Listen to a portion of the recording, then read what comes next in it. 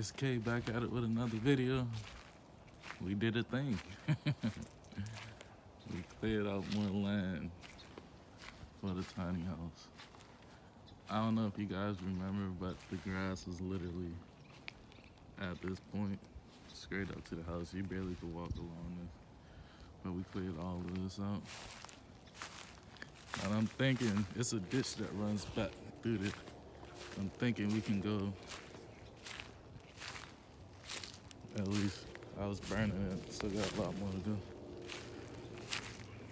I was hoping I could get to this ditch and somehow utilize it. Also, I found this mound. I don't know if you could tell, but it's a mound. I was hoping it was a septic right here that I could probably use. Man, but there's a bit. Oh, guys, tell Nala, hey. I don't think you guys ever met them. We got two came closer with a girl. The other one's probably way back yonder.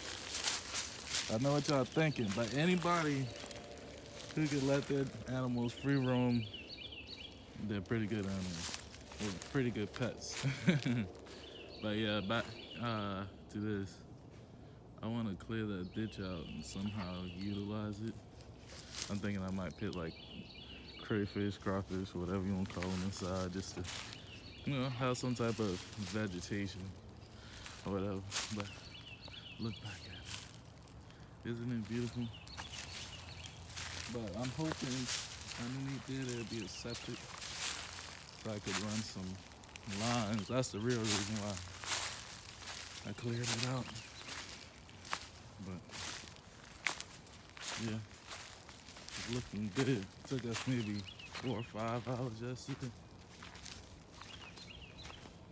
But it's so much space. And I don't know if I told you guys, but we got a total of 12 acres. So it's still 10 right there. Look. Someone kind of surprised us. But it's such a big difference now. Like just the overall space.